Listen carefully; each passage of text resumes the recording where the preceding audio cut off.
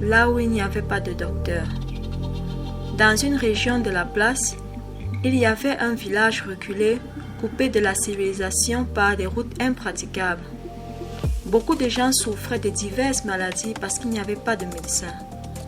Le chef de ce village était un homme compatissant qui était sans cesse à la recherche de solutions pour son village.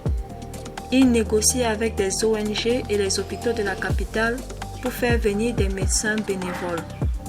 Et quand ceux-ci venaient, il s'assurait que ses serviteurs les conduisent dans chaque foyer pour guérir ceux qui étaient malades.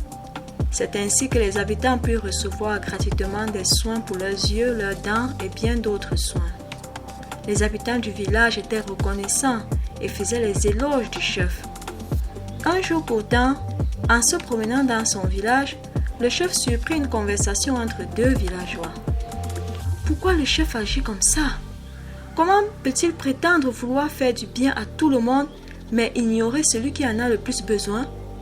Si papa Mbassa l'a offensé en quoi que ce soit, ne peut-il pas pardonner et laisser ses 12 enfants et sa pauvre épouse bénéficier des dons et des soins médicaux? Choqué par cette révélation, le chef fit immédiatement appeler ses serviteurs et leur demanda des comptes. Je vous avais demandé de conduire les médecins dans chaque foyer et je vous ai fait confiance. Pourquoi avez-vous exclu la maison de papa Mbassa? Chef, nous sommes allés dans sa maison.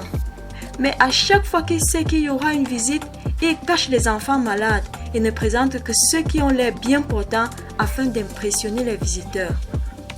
C'est ainsi que tous les malades du village furent guéris, sauf dans la famille de papa Mbassa, parce qu'il avait refusé de reconnaître son état. Ce ne sont pas ceux qui se portent bien qui ont besoin de médecins, mais les malades. Allez et apprenez ce que signifie « Je prends plaisir à la miséricorde » et non au sacrifice, car je ne suis pas venu appeler des justes, mais des pécheurs. Matthieu 9, 12 à 13.